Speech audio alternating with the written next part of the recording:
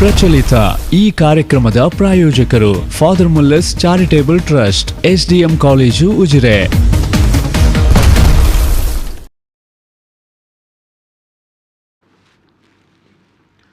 ನಮಸ್ಕಾರ. V4 ವಿಶೇಷ ಕಾರ್ಯಕ್ರಮಕ್ಕೆ ಸ್ವಾಗತ. ನಾನು ತಾರನಾಥ್ ಗಟ್ಟಿ ಕಾಪಿಕಾಡ್. ಈ ದಿವಸ ನಾವು ಕಾನೂನಿನ ಅರಿವು ಮತ್ತು ಜಾಗೃತಿ ಈ ಹಿನ್ನೆಲೆಯ ನಮ್ಮ ಮಾತುಕತೆ. ಇವತ್ತು ಮುಖ್ಯವಾಗಿ ನಾವು ಆಯ್ದುಕೊಂಡಿರುವಂಥ ವಿಚಾರ ಅಥವಾ ವಿಷಯ ಅದು ದತ್ತಕ ಕಾನೂನು ಬಗ್ಗೆ. ದತ್ತು ಸ್ವೀಕಾರದ ವಿಚಾರಕ್ಕೆ ಸಂಬಂಧಪಟ್ಟಾಗೆ ಇರುವಂಥ ಕಾನೂನುಗಳು ಮತ್ತು ಯಾವ ರೀತಿಯ ಮುನ್ನೆಚ್ಚರಿಕೆ ಜಾಗರೂಕತೆಗಳನ್ನು ವಹಿಸಬೇಕು, ಕಾನೂನು ಏನು ಹೇಳುತ್ತೆ, ಯಾರು ದತ್ತು ಸ್ವೀಕಾರ ಮಾಡ್ಬೋದು, ಯಾರು ದತ್ತು ಸ್ವೀಕಾರ ಮಾಡಲಿಕ್ಕೆ ಸಾಧ್ಯ ಆಗೋದಿಲ್ಲ, ಎಲ್ಲ ಹಿನ್ನೆಲೆಗಳಲ್ಲಿ ಇವತ್ತಿನ ನಮ್ಮ ಮಾತುಕತೆ ಇರುತ್ತೆ. ಈ ದಿವಸ ನಮ್ಮ ಜೊತೆಗೆ ಮಾತುಕತೆಯಲ್ಲಿ ಭಾಗಿಯಾಗ್ತಿದ್ದಾರೆ ಮಂಗಳೂರಿನ ಹಿರಿಯ ವಕೀಲರಾಗಿರುವಂಥ ಕೆ. ಪೃಥ್ವಿರಾಜ್ ರೈ ಅವರು. ನಾನು ಪೃಥ್ವಿರಾಜ್ ರೈ ಅವರನ್ನು ಈ ಒಂದು ಮಾತುಕತೆಗೆ ಪ್ರೀತಿಯಿಂದ ಸ್ವಾಗತ ಮಾಡ್ತಿದ್ದೇನೆ ಸರ್.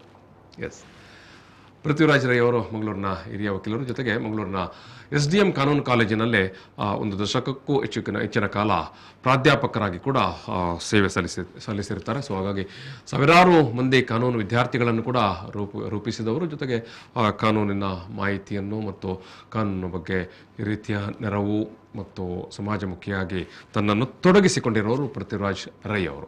ಈ ದಿವಸ ನಮ್ಮ ಈ ಒಂದು ಮಾತುಕತೆಯಲ್ಲಿ ನಾವು ದತ್ತಕ ಕಾನೂನು ಅಂದರೆ ಅಡಾಪ್ಷನ್ಗೆ ಸಂಬಂಧಪಟ್ಟ ಹಾಗೆ ಇರುವಂಥ ಕಾನೂನು ಬಗ್ಗೆ ಮಾತಾಡಲಿಕ್ಕಿದ್ದೇವೆ.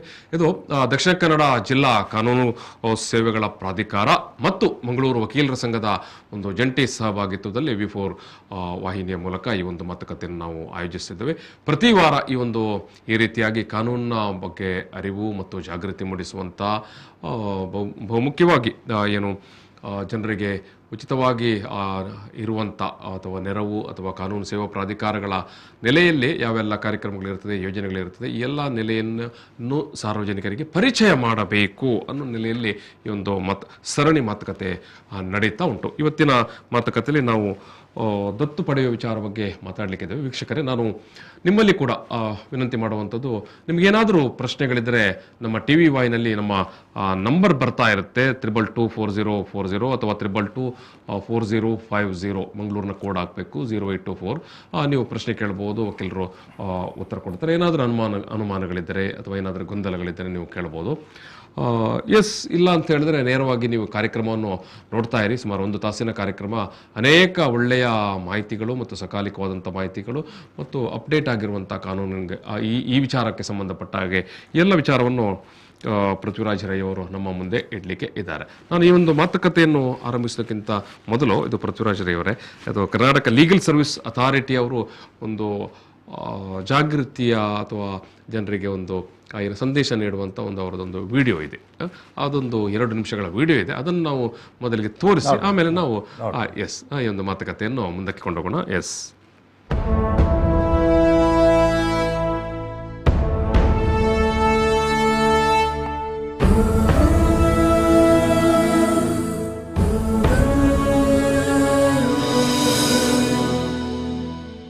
ನೀರಿನಂತೆ ನ್ಯಾಯ ಎಲ್ಲರಿಗಾಗಿ, ಗಾಳಿಯಂತೆ ನ್ಯಾಯ ಎಲ್ಲರಿಗಾಗಿ, ನೆಮ್ಮದಿಯ ನ್ಯಾಯ ಎಲ್ಲರಿಗಾಗಿ, ನಂಬಿಕೆಯ ನ್ಯಾಯ ಎಲ್ಲರಿಗಾಗಿ, ಜೀವಭಾವದ ದೇಶ ಭಾರತ ಎಂಬ ಹಕ್ಕು ನಮ್ಮದು, ಭೇದ ಮಾಡದ ನ್ಯಾಯ ದೇಗುಲ ಎಂಬ ಹಕ್ಕು ನಮ್ಮದು, ನೀಲಿ ಬಾನಿನ ಗಾಳಿಯಲ್ಲಿನ ಉಸಿರ ಹಕ್ಕು ನಮ್ಮದು, ಹೂವು ಚೆಲ್ಲುವ ಹಾದಿಯಲ್ಲಿಯ ಹಸಿರ ಹಕ್ಕು ನಮ್ಮದು. ಕಾಲ್ಸಾ Karnataka state legal services authority. ಕಾಲ್ಸಾ ಕಾಲ್ಸಾ. ನಮ್ಮ ಅಳಲನ್ನು ಎಲ್ಲೂ ಆಲಿಸುವವರಿಲ್ಲ ಎಂಬ ಚಿಂತೆ ಏಕೆ? ಈಗ ನ್ಯಾಯಾಲಯವೇ ನಡೆದು ಬರುವುದು ನಿಮ್ಮ ಅಂಗಳಕ್ಕೆ. ಅಸಹಾಯಕರಿಗೆ ಸಿಗುವುದು ನ್ಯಾಯ, ನೊಂದವರಿಗೆ ಸಿಗುವುದು ನ್ಯಾಯ, ದುರ್ಬಲರಿಗೆ ಸಿಗುವುದು ನ್ಯಾಯ, ಶೋಷಿತರಿಗೆ ಸಿಗುವುದು ನ್ಯಾಯ. ಜೀವಭಾವದ ದೇಶ ಭಾರತ ಎಂಬ ಹಕ್ಕು ನಮ್ಮದು, ಭೇದ ಮಾಡದ ನ್ಯಾಯ ದೇಗುಲ ಎಂಬ ಹಕ್ಕು ನಮ್ಮದು. ನೀಲಿ ಬಾನಿನ ಗಾಳಿಯಲ್ಲಿನ ಉಸಿರ ಹಕ್ಕು ನಮ್ಮದು, ಹೂವು ಚೆಲ್ಲುವ ಹಾದಿಯಲ್ಲಿಯ ಹಸಿರ ಹಕ್ಕು ನಮ್ಮದು. ಬಡವರು ಹಾಗೂ ದುರ್ಬಲರಿಗಾಗಿ ಉಚಿತ ಮತ್ತು ಸಕ್ಷಮ ಕಾನೂನು ಸಲಹೆಗೆ ಪ್ರತಿಬದ್ಧ ಕಾನೂನು ಸೇವಾ ಪ್ರಾಧಿಕಾರ ಕಾಲ್ಸಾ, ನ್ಯಾಯ ಎಲ್ಲರಿಗಾಗಿ. ಕಾಲ್ಸಾ ಕಾಲ್ಸಾ.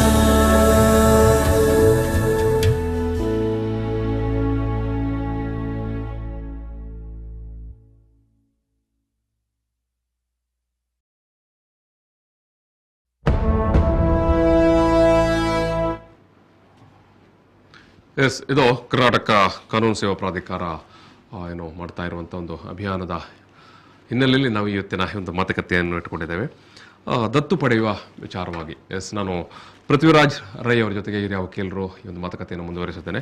ಸರ್, ನಾನು ಮೊದಲಾಗಿ ಕೇಳಲಿಕ್ಕೆ ಇಷ್ಟಪಡುವಂಥದ್ದು, ಸಾಮಾನ್ಯವಾಗಿ ಇವತ್ತು ದತ್ತು ವಿಚಾರ, ಅಡಾಪ್ಷನ್ ಒಂದಷ್ಟು ಸಣ್ಣ ಪುಟ್ಟವಾಗಿ ಕೇಳಿರ್ತಾರೆ, ಮಾಹಿತಿ ಇರುತ್ತೆ. ಹಳೆಯ ಕಾಲದಲ್ಲಿ ನಾವು ಈ ದತ್ತಿನ ವಿಚಾರಕ್ಕೆ ಸಂಬಂಧಕ್ಕೆ ಬರುವುದಾದರೆ ಬಹುಶಃ ನೀವು ಭಾರತದ ಪರಂಪರೆ ಒಳಗಡೆ ಅಥವಾ ನಮ್ಮ ಇತಿಹಾಸದ ಒಳಗಡೆ ಅಥವಾ ಒರಿಜಿನ್ ಎಲ್ಲಿಂದ ಇದನ್ನು ನಾವು ಕೇಳಲಿಕ್ಕೆ ನೋಡಲಿಕ್ಕೆ ಸಾಧ್ಯ ಸರ್? ನಮ್ಮ ಭಾರತದ ಮಟ್ಟಿಗೆ ಪುರಾಣ ಕಾಲದಿಂದಲೂ ಈ ದತ್ತು ತೆಗೆದುಕೊಳ್ಳುವುದು, ದತ್ತು ಪುತ್ರರನ್ನು ಸಾಕುವುದು ಅಥವಾ ಪುತ್ರಿಯರನ್ನು ಸಾಕುವುದು ಬಹಳ ಪ್ರಚಲಿತವಿತ್ತು ಅಂತ ಕಾಣ್ತದೆ. ನೋಡಿ, ಫಾರ್ ಎಕ್ಸಾಂಪಲ್ ಸೀತೆ ಅವರನ್ನು ಜನಕ ಮಹಾರಾಜರು ಅಡಾಪ್ಟ್ ಮಾಡಿದ್ರು.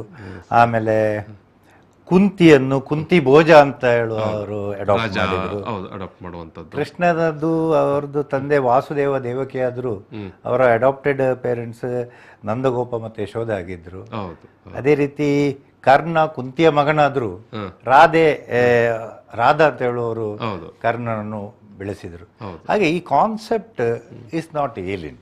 ನಮ್ಮ ಹಳೆ ಕಾಲದಲ್ಲಿ ನಮ್ಮ ಪುರಾಣದ ಜೊತೆಗೇನೆ ಅದೊಂದು ಮಿಲಿತವಾಗಿ ಬಂದಿದೆ. ಅಂದ್ರೆ ದತ್ತುಪುತ್ರ ಅನ್ನುವಂಥದ್ದು ಒಂದು ಸಾಮಾನ್ಯವಾದಂತದ್ದು ಪರಿಭಾಷೆ.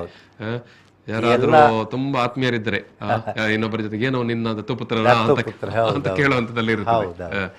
ಅದು ಮುಂದೆ ನಮ್ಮ ರೀಸೆಂಟ್ ಪಾಸ್ಟ್ಗೆ ಹೋದ್ರೆ ರಾಜ ಮಹಾರಾಜರ ಕಾಲ, ಇಂಡಿಯಾದಲ್ಲಿ ಬ್ರಿಟಿಷರೆಲ್ಲ ಬರೋ ಮೊದಲು ಅಲ್ಲಲ್ಲಿ ಸಂಸ್ಥಾನಗಳಿದ್ದು, ಎಲ್ಲ ದೇಶದಲ್ಲೆಲ್ಲ ಅಲ್ಲಲ್ಲಿ ತುಂಡರಸರು ಅವರು ಇವರು ಎಲ್ಲ ರಾಜ್ಯಭಾರ ಮಾಡ್ತಾ ಇದ್ರು. ಆ ಸಂದರ್ಭದಲ್ಲಿ ಈ ದತ್ತು ತೆಗೊಳ್ಳುವಂಥದ್ದು ಬಹಳ ಪ್ರಚಲಿತವಿತ್ತು. ನೀವು ಹಿಸ್ಟ್ರಿ ಓದಿದ್ರೆ ಗೊತ್ತಾಗ್ಬೋದು. ಅವರ ರಾಜನಿಗೆ ತನ್ನ ಏನೋ ಪೀಠದಲ್ಲಿ ಮುಂದಕ್ಕೆ ಸಮರ್ಥ ಬೇಕು ಅಂತಂದ್ರೆ ಮಗನನ್ನು ಬಿಟ್ಟು ದತ್ತುಪುತ್ರನಿಗೆ ಕೊಟ್ಟದ್ದು. ಅದಕ್ಕೆ ಬೇಕಾಗಿ ಸಂಬಂಧಿಕರ ಮಕ್ಕಳನ್ನು ಮೊದಲೇ ದತ್ತೆಗೊಳ್ಳುವಂಥದ್ದು. ರಾಜ ಸತ್ತು ಹೋದ್ರೆ ರಾಜ ಮಾತೆ ಆ ದತ್ತುಗೆ ನಾವು ಅವರ ಆಲೋಚನೆ ಮಾಡಿದಂತಹ ಪುತ್ರನನ್ನೇ ದತ್ತು ತೆಗೊಂಡು ಅಧಿಕಾರವನ್ನು ಮುಂದುವರಿಸಿದ್ದು. ಇದೇನಾಯ್ತಂದ್ರೆ ಬ್ರಿಟಿಷರು ಬಂದಾಗ ಒಂದು ಕಾನೂನು ಮಾಡಿದ್ರು. ಅವರಿಗೆ ಈ ಸಂಸ್ಥಾನವನ್ನೆಲ್ಲ ನುಂಗಬೇಕು ಅಂತ ಹೊಂಚು ಆಗ್ತಾ ಇದ್ರಲ್ಲ, ದತ್ತುಪುತ್ರರಿಗೆ ಹಕ್ಕಿಲ್ಲ ಅಂತ ಒಂದು ಕಾನೂನು ಮಾಡಿದ್ರು. ಅಂದ್ರೆ ಇಲ್ಲಿ ಎರಡು ವಿಚಾರಗಳು. ಒಂದು ಇದರ ಏನು ನಾವು ಇತಿಹಾಸಕ್ಕೆ ಹೋಗುವಾಗ ನೀವು ಹೇಳುವಾಗ ಒಂದು ಪುರಾಣ ಕಾಲದಲ್ಲೂ ಕೂಡ ನಾವು ನೋಡ್ತೇವೆ. ಅನಂತರ ರಾಜ ಮಹಾರಾಜ, ಹೌದು, ನಮ್ಮ ಭಾರತದ ಸ್ವತಂತ್ರ ಪೂರ್ವ ಸಂದರ್ಭದಲ್ಲೂ ಕೂಡ ಬ್ರಿಟಿಷರು, ಇವನ್ ಬ್ರಿಟಿಷ್ ಇಂಡಿಯಾದ ಮೊದಲು ಕೂಡ ಇತ್ತು ರಾಜರು ಮಹಾರಾಜರು. ಯಾಕೆ ಹೇಳ್ತಾ ಇದ್ದೇನೆ ಅಂದ್ರೆ ನಮ್ಮ ಹೆಚ್ಚಿನ ಲಾ ಕಾನೂನುಗಳು ಎಲ್ಲ ಕಾಪಿ ಅಂಡ್ ಪೇಸ್ಟ್. ಬ್ರಿಟಿಷ್ ಕಾನೂನು, ಅದು ಐರಿಷ್ ಕಾನೂನು, ಅಲ್ಲಿ ಅದು ಎಲ್ಲ ನಮ್ಮ ಹೆಚ್ಚಿನದ್ದು ಎಲ್ಲ ಕಟ್ ಅಂಡ್ ಪೇಸ್ಟ್ ಮಾಡಿದ ಕಾನೂನುಗಳು. ಸ್ವಲ್ಪ ಚೇಂಜ್ ಮಾಡ್ತಾರೆ, ಹೆಚ್ಚಿಂದೆಲ್ಲ ನಾವು ಅಲ್ಲಿ ಮಾಡಿದ್ದನ್ನು ಇಂಟ್ರೊಡ್ಯೂಸ್ ಮಾಡ್ತೇವೆ, ಸ್ವಲ್ಪ ಪರಂಪರೆ. ಆದ್ರೆ ಈ ಕಾನೂನುಗಳು ಕಾನ್ಸೆಪ್ಟ್ ನಮ್ಮದೇ, ಹಿಂದಿನಿಂದಲೇ ಇದ್ದದ್ದು. ಆವಾಗ ಹಿಂದೂ ಲಾ ಪ್ರಕಾರ ಒಂದು ದತ್ತ ಹೋಮ ಅಂತ ಮಾಡಿ ಈ ಮಗುವನ್ನು ಕೊಡುವವರು ಬಯಾಲಜಿಕಲ್ ಪೇರೆಂಟ್ಸು ಮತ್ತೆ ತಗೊಳ್ಳುವವರು ಹೋಮ ಮಾಡಿದ್ರೆ ಅದೊಂದು ಕಂಪ್ಲೀಟ್, ಆ ಪ್ರಾಸೆಸ್ ಕಂಪ್ಲೀಟ್. ದತ್ತ ತೆಗೊಂಡಿರ್ಬಹುದು, ಆದ್ರೆ ಆ ದತ್ತ ಹೋಮ ಮಾಡದೇ ಇದ್ರೆ ಆ ಪ್ರೋಸೆಸ್ ಕಂಪ್ಲೀಟ್ ಆಗೋದಿಲ್ಲ. ಹಳೆ ಕಾಲದಲ್ಲಿ ಅದು ಹಿಂದೂ ಕಸ್ಟಮರಿ ಲಾ ಆಗಿತ್ತು. ಇವು ಹೋಮ ಮಾಡದಿದ್ರೆ ಅದನ್ನು ಒಪ್ಪಿಕೊಳ್ತಾ ಇರ್ಲಿಲ್ಲ ಜನಗಳು. ತೆಗೊಂಡು 10-20 ವರ್ಷ ಆದ್ರೂ ಆಮೇಲಾದ್ರೂ ದತ್ತ ಹೋಮ ಮಾಡದಿದ್ರೆ ಅದು ನಾಟ್ ಎ ವ್ಯಾಲಿಡೇಟ್ ಆಪ್ಷನ್ ಹಿಂದಿನ ಕಾಲದಲ್ಲಿ. ಒಂದು ನಂಬಿಕೆಯ ಪ್ರಕಾರ ಕೂಡ ಅದು ಜನರ ನಡುವೆ ಕೂಡ ಅದೊಂದು ಏನೋ ಅಕ್ಸೆಪ್ಟೆನ್ಸ್, ಜನ ಸ್ವೀಕಾರ ಮಾಡಬೇಕಂದ್ರೆ ದತ್ತ ಹೋಮ ಮಾಡಬೇಕಾಗಿತ್ತು. ವೆರಿ ಇಂಟ್ರೆಸ್ಟಿಂಗ್ ವಿಚಾರ ಅದು. ಸಿಪಾಯಿ ದಂಗೆಗೆ ಒನ್ ಆಫ್ ದ ರೀಸನ್ ಇದೆ. ಸಿಪಾಯಿ ದಂಗೆಗೆ ಎಲ್ಲಾ ರಾಜರು ಒಟ್ಟು ಸೇರಿದ ಯಾಕೆ? ಬ್ರಿಟಿಷರು ಈ ದತ್ತು ಪುತ್ರರಿಗೆ ಹಕ್ಕಿಲ್ಲ ಅಂತ ಒಂದು ಕಾನೂನು ತಂದದ್ದು, ಅದು ಎಲ್ಲಾ ರಾಜ ಮಹಾರಾಜರಿಗೆ ಇವರನ್ನು ಆಂಟಗನೈಸ್ ಮಾಡಿದ್ರು ಬ್ರಿಟಿಷರು.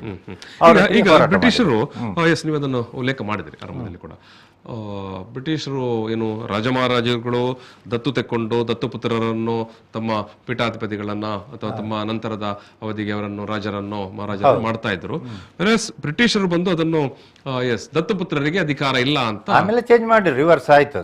ನಾನೊಂದು ಹಿಸ್ಟಾರಿಕಲ್ ಡೆವಲಪ್ಮೆಂಟ್. ಯಾವ ಕಾರಣಕ್ಕೆ ಬ್ರಿಟಿಷರು ಈ ರೀತಿ ಒಂದು ಇದು ಮಾಡ್ತಾರೆ ಅಂತ ಅಂದ್ರೆ ಪುತ್ರರಿಲ್ಲದ ಅವರಿಗೆ ಸೇರ್ತದೆ ಅಂತ. ಹಾಗೆ ಅವರದೊಂದು ತಂತ್ರಗಾರಿಕೆ, ಅವ್ರ ತಂತ್ರಗಾರಿಕೆ. ಅದಕ್ಕೆ ಸಿಪಾಯಿ ದಂಗೆ ತುಂಬಾ ರಾಜ ಮಹಾರಾಜರು, ರಾಜಪೂತ್ಸ್ ಹೆಚ್ಚಿನವರು ದತ್ತು ತಗೊಳ್ತಾ ಇದ್ರು, ಕೆಪೆಬಲ್ಗೆ ಪಟ್ಟ ಕೊಡ್ತಾ ಇದ್ರು, ಹಾಗೆಲ್ಲ ಇತ್ತು. ಒಂದು ವೇಳೆ ಗಂಡು ಮಕ್ಕಳು ಇಲ್ಲ ಅಂತ ಸಂದರ್ಭದಲ್ಲಿ ಕಸಿನ್ಸ್ ಅಲ್ಲ, ಅವರ ಸಂಬಂಧಿಕರಲ್ಲ, ಒಳ್ಳೆ ಅಥವಾ ಮಗ ಏನು ಇನ್ಕೆಪೇಬಲ್ ಅಂತ ಇದ್ರೆ, ಅವರ ಇದರಲ್ಲಿರುವವರು ಇನ್ಕೆಪೇಬಲ್ ಅಂತ ಇದ್ರೆ ಕೆಪೇಬಲ್ಗೆ ಕೊಡ್ತಿದ್ರು. ಸಮರ್ಥ ಅಲ್ಲ ನನ್ನ ಏನು ರಾಜನ ಈ ಒಂದು ಅಧಿಕಾರದಲ್ಲಿ ಕೂತ್ಕೊಳ್ಳಿಕ್ಕೆ ಸಮರ್ಥ ಅಲ್ಲ ಆ ಕಾಲದಲ್ಲಿ ಅವನಿಗೆ ಅನಿಸಿದಾಗ ರಾಜ ತಗೊಳ್ಬೇಕಂತಿದ್ರು, ಆಮೇಲೆ ರಾಣಿ ತಗೊಳ್ತಿದ್ರು ಸತ್ತೋದ್ರೆ. ಹಾಗೆಲ್ಲ ಇನ್ಸ್ಟೆನ್ಸಸ್ ಇದೆ. ಈಗ ಬ್ರಿಟಿಷರು ಒಮ್ಮೆ ಅದು ಏನು ದತ್ತುಪುತ್ರನಿಗೆ ಅಧಿಕಾರ ಇಲ್ಲ ಅಂತ ಘೋಷಣೆ ಮಾಡ್ತಾರೆ, ಬಹುಶಃ ಆಮೇಲೆ ವಿಡ್ರಾ ಮಾಡ್ತಾರೆ. ಆಮೇಲೆ ಈಗ ಏನಾಯ್ತು, ಇಂಡಿಪೆಂಡೆನ್ಸ್ ಇಂಡಿಯಾ ಬಂದೆವು ನಾವು. ಈಗ ಭಾರತದಲ್ಲಿ ನಮ್ಮ ಸಂವಿಧಾನದಲ್ಲಿ ನಮ್ಗೆ ಸಂವಿಧಾನವೇ ಪರಮೋಚ್ಚ. ಏನ್ ಹೇಳುತ್ತೆ ಈ ಸಂವಿಧಾನದ ಪ್ರಕಾರ basic human rights of the child has to be protected ಅಂತ article 15, 39, 45, 47 of the Indian constitution ಹೇಳ್ತದೆ.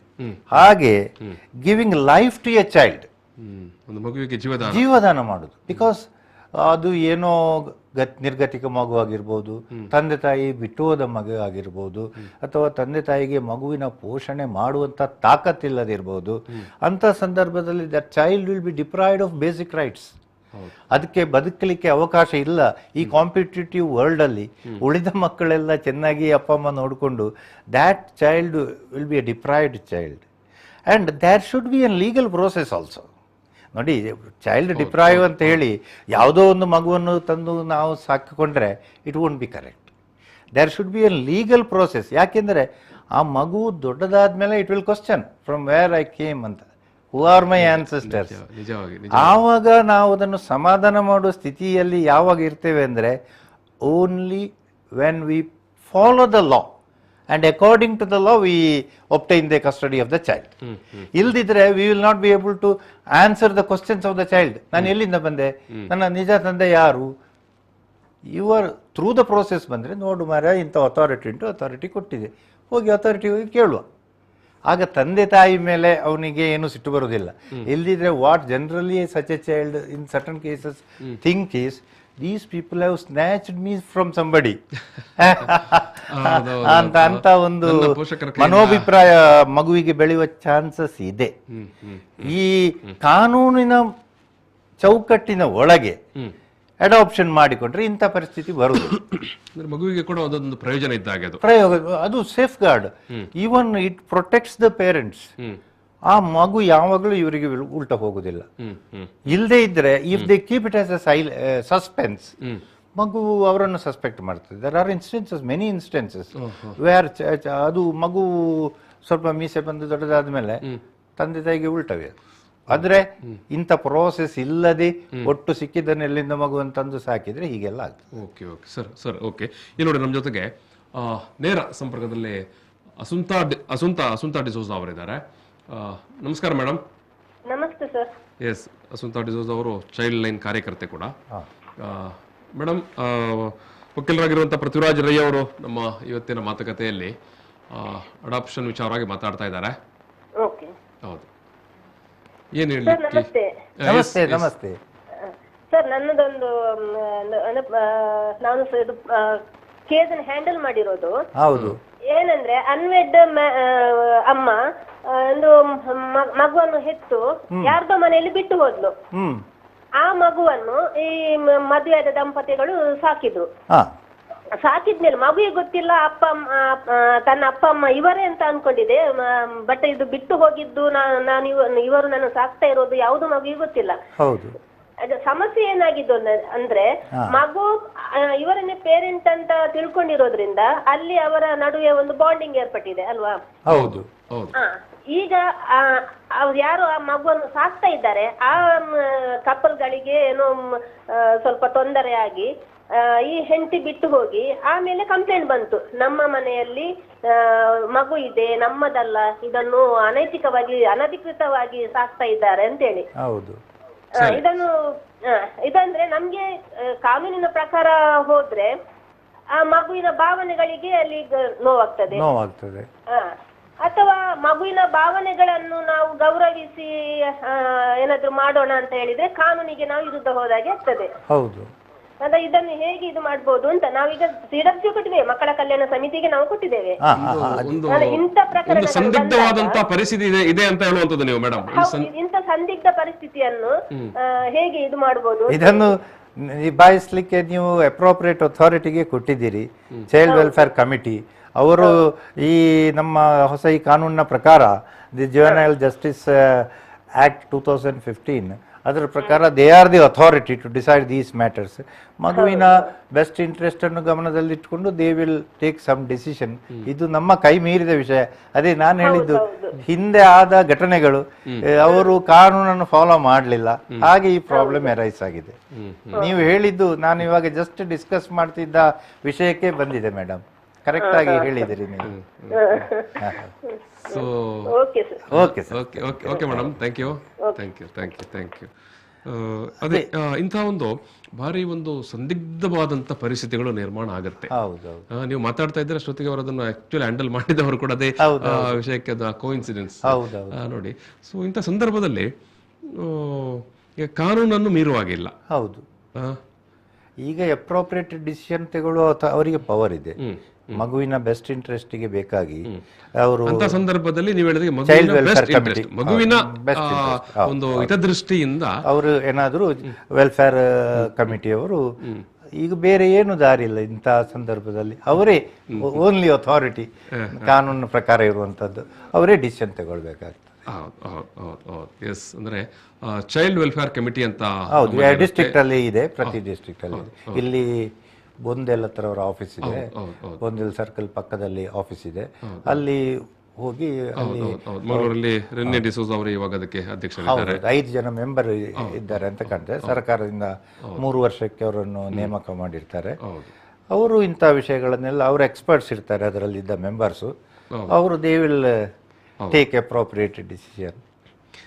ಎಸ್ ಸರ್, ಈಗ ನಾವು ಮತ್ತೆ ಮಾತುಕತೆ ಮುಂದುವರಿಸಾಗ ಎಸ್, ಭಾರತದಲ್ಲಿ ಸ್ವತಂತ್ರ ಭಾರತದಲ್ಲಿ ಎಸ್ ಸ್ಪೆಸಿಫಿಕ್ ಆಗಿ ದತ್ತು ವಿಚಾರವಾಗಿ ಕಾನೂನು ಪ್ರಥಮವಾಗಿ ಯಾವಾಗ ಜಾರಿಗೆ ಬಂತು, ಹೇಗೆ ಬಂತು, ಏನು ಅಂತ ಬಂತು? ಅದು ಏನಾಗಿದೆ ಅಂದ್ರೆ, ಹಿಂದೂಗಳಲ್ಲಿ ನಾನು ಹೇಳಿದಾಗೆ ಭಾರತೀಯರು ನೇಟಿವ್ಸ್ ಆಫ್ ದಿಸ್ ಕಂಟ್ರಿ, ನಮ್ದು ಈ ಹಿಂದಿನಿಂದಲೇ ಬಂದ ಈ ಪದ್ಧತಿ ಪ್ರಕಾರ ಬೇಕಾಗಿ Hindu adoption and maintenance act 1956 ಅಂತ ಒಂದು ಜಾರಿಗೆ ತಂದರು. 1956. That is an act which codified the earlier acts. ಅಂದ್ರೆ ಒಂದೊಂದು ಸಂಸ್ಥಾನದಲ್ಲಿ ಒಂದೊಂದು ರೀತಿ ಇತ್ತು. ಅದನ್ನೆಲ್ಲ ಒಟ್ಟು ಸೇರಿಸಿ ಒಂದು ಯೂನಿಫಾರ್ಮ್ ಆಲ್ ಇಂಡಿಯಾಕ್ಕೆ ಅಪ್ಲೈ ಆಗುವ ಹಾಗೆ ಅದರಲ್ಲಿ ಹಿಂದೂಗಳಿಗೆ ಅದು act it self says Hindu adoption and maintenance act. ಆಗ ಕ್ರಿಶ್ಚಿಯನ್ಸು ಮುಸಲ್ಮಾನರಲ್ಲಿ ಅಷ್ಟು ಪ್ರಚಲಿತ ಇರಲಿಲ್ಲ. ಅವರ ಧಾರ್ಮಿಕ ಕಾನೂನಲ್ಲಿ ಅದರಲ್ಲಿ ಏನು ಉಲ್ಲೇಖ ಕಂಡು ಬರುವುದಿಲ್ಲ ಅಂತ ಕಾಣ್ತದೆ. ಈ ಹಿಂದೂಗಳ ಇದು ಹಿಂದಿನಿಂದ ಪುರಾಣದ ಕಾಲದಿಂದಲೇ ಇದ್ದದ್ರಿಂದ ಈ ಆಕ್ಟ್ ಅನ್ನು ತಂದ್ರು. ಅದು ಹಿಂದೂಗಳಿಗೆ ಮಾತ್ರ ಅಪ್ಲೈ. ಈಗ ಹಿಂದೂಗಳು ಅಲ್ಲದವರಿಗೆ ಎಸ್ ಕಾನೂನು ಏನು ಹೇಳುತ್ತೆ ಅದ ನೆಕ್ಸ್ಟ್ ಬರ್ತೇವೆ. ಇದರದ್ದು ಫಸ್ಟ್ ಮುಖ್ಯ ವಿಚಾರಗಳನ್ನು ತಿಳಿಸಿ yes, 1-2 ಮಿನಿಟಲ್ಲಿ Yes, ನಾವು ಮುಂದಿನ ಈಗಿನ ಪರಿಸ್ಥಿತಿ ಬರೋಣ. ಏನಿತ್ತು 1956 ಇದರಲ್ಲಿ ಏನಾಗಿತ್ತಂದ್ರೆ ಇದು ತೆಗೊಳ್ಳುವ ಮನುಷ್ಯ ಯಾರು ತೆಗೊಳ್ತಾರೆ, ಕಪಲ್ಸ್ ಅಥವಾ ಅವರು ಗಂಡ ಹೆಂಡತಿ ತೆಗೊಳ್ಳುದಿದ್ರೆ ಅವರು ಮಾನಸಿಕವಾಗಿ ಸೌಂಡ್ ಇರಬೇಕು, ಸೌಂಡ್ ಮೌಂಟ್ ಮತ್ತೆ ಮೇಜರ್ ಆಗಿರಬೇಕು. ಗಂಡ ಆದರೆ ಹೆಂಡತಿಯ ಪರ್ಮಿಷನ್ ಬೇಕು, ಹೆಂಡತಿ ಆದರೆ ಗಂಡನ ಪರ್ಮಿಷನ್ ಬೇಕು. ತೀರಿ ಹೋಗಿದ್ರೆ ಹೆಂಡತಿ ತೀರಿ ಹೋಗಿದ್ರೆ ಗಂಡನೇ ಹೋಗಿ ಅಡಾಪ್ಟ್ ಮಾಡ್ಬೋದು. ಹೂ ಕ್ಯಾನ್ ಅಡಾಪ್ಟ್ ಅಂತ, ಅದು ದಟ್ ಇಸ್ ವೆರಿ ಇಂಪಾರ್ಟೆಂಟ್. ಯಾರು ಅಡಾಪ್ಟ್ ಮಾಡಬಹುದು, ಅವಕಾಶ ಇದೆ. ಹೌದು ಹೌದು ಹೌದು. ಅದನ್ನು ಮಗುವನ್ನು ಯಾರು ಕೊಡ್ಬೋದು ಅಂತ ಅನದರ್ ಕ್ವಶನ್. ಅದು ತಂದೆ ತಾಯಿ ಕೊಡ್ಬೋದು. ಯಾರು ಇಲ್ಲ ಅದಕ್ಕೆ appointed guardian from the court ಅವರಿರ್ತಾರೆ. he can give the child in adoption according to that act. So ಯಾರು ತಗೊಳ್ಬೋದು, ಯಾರು ಕೊಡ್ಬೋದು ಅಂತ. ನೆಕ್ಸ್ಟ್ ಇಂಪಾರ್ಟೆಂಟ್ ಆಸ್ಪೆಕ್ಟ್ ಯಾರನ್ನು ತಗೊಳ್ಳೋದು, ಅದು ಬಿಲೋ 15 years ಆ ಆಕ್ಟ್ ಪ್ರಕಾರ. ಮತ್ತೆ ಹಿಂದೂ ಆಗಿರಬೇಕು ಮಗು, ಆಲ್ರೆಡಿ ಅಡಾಪ್ಷನ್ ಆಗಿರಬಾರ್ದು, ಮತ್ತೆ ಮದುವೆ ಆಗಿ ಮೊದಲು ಬಾಲ್ಯ ವಿವಾಹ ಎಲ್ಲ ಇತ್ತಲ್ಲ ಅದಕ್ಕೆ ಮದುವೆ ಆಗಿರಬಾರ್ದು ಅಂತ ಒಂದು ಚೈಲ್ಡನ್ನು ಅಡಾಪ್ಷನ್ ಈ ಕಾನೂನಿನ ಪ್ರಕಾರ ತಗೊಳ್ಬಹುದು. ಅದನ್ನು ರಿಜಿಸ್ಟರ್ ಮಾಡಬಹುದು, ಅಡಾಪ್ಷನ್ ಡೀಡ್ ಅಂತ ಹೇಳಿ ರಿಜಿಸ್ಟರ್ ಮಾಡಬಹುದು. ಆ deed it self is the proof. ನಮ್ಮ ಇದು ಯಾವುದೇ ಸಂದರ್ಭದಲ್ಲಿ ಅಡಾಪ್ಷನ್ ಅನ್ನು ಕ್ವಶನ್ ಮಾಡಿದರೆ that it self will be proof. ಇಂಥ ಅಡಾಪ್ಷನ್ ಆಗಿದೆ, ಇದರ ಬಗ್ಗೆ ಸಾಕ್ಷ್ಯ ಸಾಕ್ಷಿ ಉಂಟು. ಇದು ಬೇರೆ ನಮ್ಮ ಏನು ಪ್ರಾಪರ್ಟಿಗಳನ್ನು ಅಥವಾ ಮತ್ತೊಂದು ಬಾಡಿಗೆನೋ ಇವನ್ನೆಲ್ಲ ಏನು ನಾವು ರಿಜಿಸ್ಟರ್ ನೋಂದಣಿ ಮಾಡ್ತೇವೋ ಅದೇ ರೀತಿ ಅದನ್ನು ನೋಂದಣಿ ಮಾಡಿದರೆ ಆ ಕಾಗದ ಪತ್ರ ಅಡಾಪ್ಷನ್ ಬಗ್ಗೆ ಇಟ್ಸ್ ಅಂಡ್ ಪ್ರೂಫ್. ಮತ್ತೆ ಆ ಕಾನೂನಿನ ಪ್ರಕಾರ ಕೆಲವು ಬೇರೆ ಸಹ ಕಂಡೀಷನ್ಸ್ ಉಂಟು. ಏಜ್ ಡಿಫರೆನ್ಸ್ ಆ ಮಗುವಿಗೆ ತಂದೆ ತಾಯಿಗೆ ಅದು ಸೆಕ್ಷನ್ 11 ನಲ್ಲಿ ಹೇಳ್ತಾ ಇದ್ರಲ್ಲಿ ಅದು ಎಷ್ಟಿಷ್ಟು ಇರಬೇಕು. ಮತ್ತೆ ಸೆಕ್ಷನ್ 16 ಆಫ್ ದಿ ಆ ಆಕ್ಟ್ ಹೇಳ್ತದೆ ವ್ಯಾಲಿಡ್ ಆಗಿ ಅಡಾಪ್ಷನ್ ಮಾಡಿದರೆ ಅದನ್ನು ಕ್ಯಾನ್ಸಲ್ ಮಾಡಲಿಕ್ಕೆ ಆಗುದಿಲ್ಲ. ಓಕೆ, ಇನ್ ಫ್ಯೂಚರ್ ಅಲ್ಲಿ ಹೌದು. Once valid adoption is done according to the provisions of the Hindu adoption and maintenance act 56, it is final. ಅದನ್ನು ರಿವೋಕ್, ಅದನ್ನು ಕ್ಯಾನ್ಸಲ್ ಮಾಡೋದು ಸಾಧ್ಯ ಇಲ್ಲ. ಇದು important aspects of the 1956 act. ನಾವು ಮುಂದೆ ನಿಮ್ಮ ಪ್ರಶ್ನೆಗೆ ಬರ್ಬೇಕೀಗ. ಹೌದು, ಹಿಂದೂಗಳಲ್ಲದವರು, ಹಿಂದೂಗಳಲ್ಲದವರು ಎಲ್ಲರಿಗೂ ಇದು ಪ್ಯಾರಲಲ್ ಆಗಿದೆ. That act is there in force. ಅದರೊಟ್ಟಿಗೆ ಇದು ಪ್ಯಾರಲಲ್ ಆಗಿ procedure relating to adoption is given in this act also. ಈ ಆಕ್ಟಿನ ಹೆಸರು ದ ಜುವೆನೈಲ್ ಜಸ್ಟಿಸ್ ಆಕ್ಟ್ 2015 ಅಂತ ಹೇಳಿ. ಅದು ಏನಂದ್ರೆ ಜುವೆನೈಲ್ ಜಸ್ಟಿಸ್ ಆಕ್ಟ್ 2000 ಅಂತ ಇತ್ತು. ಅದನ್ನು ಸ್ವಲ್ಪ ಇಂಪ್ರೊವೈಸ್ ಮಾಡಿ ಇವಾಗ 2015 ನಲ್ಲಿ which is commonly known as J act ಅಂತ ಇದರಲ್ಲೂ ಒಂದು ನಿಮಿಷ. ಎಸ್ ಸರ್, ನೋಡಿ ನಮಗೆ ತೊಕ್ಕೋಟಿನಿಂದ ರೇಖಾ ಅನ್ನೋರು ಸಂಪರ್ಕದಲ್ಲಿದ್ದಾರೆ. ಮೇಡಮ್ ನಮಸ್ತೆ. ಹಲೋ, ನಮಸ್ತೆ ಮೇಡಮ್. ನಮಸ್ತೆ ಸರ್. ಇದು ಈಗ ದತ್ತು ತಗೊಳ್ಳಿಕ್ಕೆ ಏನು ಕಾನೂನಿನ ಕ್ರಮ ಸರ್? ಏನು ದತ್ತು ತಗೊಳ್ಳಿಕ್ಕೆ ಏನು ಕಾನೂನಿನ ಕ್ರಮ? ಏನು ಕ್ರಮ ಅಂತ ನೀವು ಕೇಳುವಂತದ್ದು? ಹೌದೌದು. ನೀವು ಹಿಂದೂಗಳಾಗಿದ್ರೆ ಇವಾಗ ನಾನು ಹೇಳಿದ Hindu adoption and maintenance act ಪ್ರಕಾರ ಕಂಡೀಷನ್ಸ್ ಫುಲ್ಫಿಲ್ ಮಾಡಿ ಅದನ್ನು ನೋಂದಣಿ ಮಾಡಿದ್ರೆ ನಿಮಗೆ ದತ್ತು ತಗೊಳ್ಬಹುದು. ಅಥವಾ ಈಗ ನಾನು ಇನ್ನು ವಿವರಿಸ್ತೇನೆ ಜೆ ಆಕ್ಟ್ ಅಂತ ಹೇಳಿ. ಅದರ ಪ್ರಕಾರ ಅದನ್ನು ಕೇಳ್ತಾರೆ, ನಾವೀಗ ಅದನ್ನೇ ಎಕ್ಸ್ಪ್ಲೈನ್ ಮಾಡ್ತಾ ಇದ್ದೇವೆ. ಈಗ ನೆಕ್ಸ್ಟ್ ನಿಮ್ಮ ಆ ಆಕ್ಟ್ ಪ್ರಕಾರ ವಿವರಿಸಿ ಆಯ್ತು. ಇನ್ನು ಈ ಹೊಸ ಆಕ್ಟ್ ಈಗದ ಕಾನೂನು 2015 ಅದರ ಪ್ರಕಾರ ಹೇಗೆ ದತ್ತು ಸ್ವೀಕಾರ ಮಾಡಬಹುದು ಅಂತ ಮುಖ್ಯ ವಿಚಾರವನ್ನು ನಾವೀಗ ಹೇಳ್ತೇವೆ ಕೆಲವೇ ನಿಮಿಷದಲ್ಲಿ. ಅದು ಈ ಕಾನೂನು ಏನಂತ ಹೇಳಿದ್ರೆ, ಇವಾಗ ನಾನು ಹೇಳಿದಾಗೆ ಈ ಸಂವಿಧಾನದಲ್ಲಿ ಆರ್ಟಿಕಲ್ 15, 39, 45, 47 ನಲ್ಲಿ ಏನಿರ್ತದೆ, state shall ensure all needs of the children are met and their basic human rights are protected ಅಂತ ಕಾನ್ಸ್ಟಿಟ್ಯೂಷನ್ ಮ್ಯಾಂಡೇಟ್ ಉಂಟು. ಆ ಒಂದು ಹಿನ್ನೆಲೆಯಲ್ಲಿ ಮತ್ತೆ ಕೆಲವು ಕನ್ವೆನ್ಷನ್ಸ್ ಆಗಿದೆ, ಹೇಗ್ ಕನ್ವೆನ್ಷನ್ ಅಂತ ಕೆಲವು ಕನ್ವೆನ್ಷನ್ಸ್ ಎಲ್ಲ ಆಗಿದೆ, ಇಂಟರ್ನ್ಯಾಷನಲ್ ಕನ್ವೆನ್ಷನ್ಸ್. ಈ ಮಕ್ಕಳ ಬಗ್ಗೆ ಪ್ರೊಟೆಕ್ಷನ್ಗೆ ಲಾ ಬೇಕು, ಮತ್ತೆ UN ರೆಸೊಲ್ಯೂಷನ್ಸ್ ಆಗಿದೆ. ಇದನ್ನೆಲ್ಲ ಮೇಡಮ್ ನೀವು ಸ್ಪೆಸಿಫಿಕ್ ಆಗಿ ಮಗುವನ್ನು ಯಾವ ರೀತಿ ದತ್ತು ಪಡೆಯಬೇಕು ಅನ್ನೋ ಪ್ರೊಸೀಜರ್ ಅನ್ನು ಕೇಳ್ತಾ ಇದ್ದೀರಾ ಅಥವಾ ಕಾನೂನನ್ನು ಕೇಳ್ತಾ ಇದ್ದೀರಾ? ಈಗ ನಾವು ಮ್ಯಾರಿಡ್ ಅಲ್ಲ, ನಮಗೆ ಒಂದು ದತ್ತು ತೆಗೆದುಕೊಳ್ಳಬೇಕಂತ ಆಸೆ. ತಗೊಳ್ಬಹುದು, ಮ್ಯಾರಿಡ್ ಅಲ್ಲ, ಮದುವೆ ಆಗುದಿಲ್ಲ, ಖಾಲಿ ಒಂದು ಮಗುವನ್ನು ದತ್ತು ತೆಗೆದು ಸಾಕುದು, ಜೀವನಾಂಶ ಅದರ ಭವಿಷ್ಯವನ್ನು ರೂಪಿಸುದು. ಹೌದು, ನೀವು ಆನ್ಲೈನ್ ಅಪ್ಲೈ ಮಾಡಿ, ಚೈಲ್ಡ್ ವೆಲ್ಫೇರ್ ಕಮಿಟಿ ಅಂತ ಬೊಂದೆಲಲ್ಲಿ ಆಫೀಸ್ ಉಂಟು, ಅಲ್ಲಿ ಹೋಗಿ ಅಲ್ಲಿ ಚೈಲ್ಡ್ ವೆಲ್ಫೇರ್ ಕಮಿಟಿ ಅಂತ ಆಫೀಸ್ ಉಂಟು. ಅವರ ಅಧ್ಯಕ್ಷರು ಯಾರು? ಅಧ್ಯಕ್ಷರಿದ್ದಾರೆ. ಅದು ಏನು ಕಾನೂನಿನ ಏನು ಅಧಿಕಾರ ಇರುವಂತ ಒಂದು ಸಂಸ್ಥೆ, ಬೇಕಾದ ಸಂಸ್ಥೆ. ಈ ದತ್ತು ಕೊಡುವಂತ ವಿಚಾರಗಳನ್ನು ಅದನ್ನು ನಿರ್ವಹಣೆ ಮಾಡುವಂತವ್ರು ಪ್ರತಿ ಜಿಲ್ಲೆಯಲ್ಲೂ ಅಂತ ಸಂಸ್ಥೆ ಇರುತ್ತೆ. ನೀವು ಮತ್ತೆ ಹೆಚ್ಚಿನ ಮಾಹಿತಿಯನ್ನು ನೀವು ಆನ್ಲೈನ್ ಅಲ್ಲಿ CARA.NIC.IN ಅಂತ ಈ ವೆಬ್ಸೈಟ್ಗೆ ಹೋದ್ರೆ ಆನ್ಲೈನ್ ಅಲ್ಲಿ ನಿಮಗೆ ಅರ್ಜಿ ಹಾಕ್ಲಿಕ್ಕೆ ಕೂಡ ಅಲ್ಲಿ ಅವಕಾಶ ಇರುತ್ತೆ. ಈಗ ಒಂದು ಮಗು ಬೇಕಂತ ನೀವು ಈಗ ಬಯಸುವುದಾದರೆ ನೀವು ಆನ್ಲೈನ್ ಅಲ್ಲಿ ಅರ್ಜಿ ಹಾಕಬೇಕಾಗಿತ್ತೆ. ಮೊದಲೆಲ್ಲ ಒಂದಷ್ಟು ಜನರಲ್ಲೆಲ್ಲ ಏನು ಪ್ರಶ್ನೆಗಳಿತ್ತು ಅಂತ ಹೇಳಿದ್ರೆ, ಯಾವ್ದಾದ್ರು ಆಸ್ಪತ್ರೆಯಲ್ಲಿ ಹೋಗಿ ಅಥವಾ ಎಲ್ಲಾದ್ರೂ ಈಗ ಪತ್ರಿಕೆಯಲ್ಲಿ ಬರ್ತಾ ಇತ್ತು ಕೆಲವೊಮ್ಮೆ ಅನಾಥ ಮಗು ಪತ್ತೆ ಅಂತ, ಪೊಲೀಸ್ ಸ್ಟೇಷನ್ಗೆ ಹೋಗಿ ಆ ಮಗು ನನಗೆ ಕೊಡಿ ಅಂತ ಕೇಳಿದ್ರೆ ಆಗುತ್ತಾ ಅಂತ ಜನ ಎಲ್ಲ ತಿಳ್ಕೊಳ್ತಾ ಇರ್ತಾರೆ.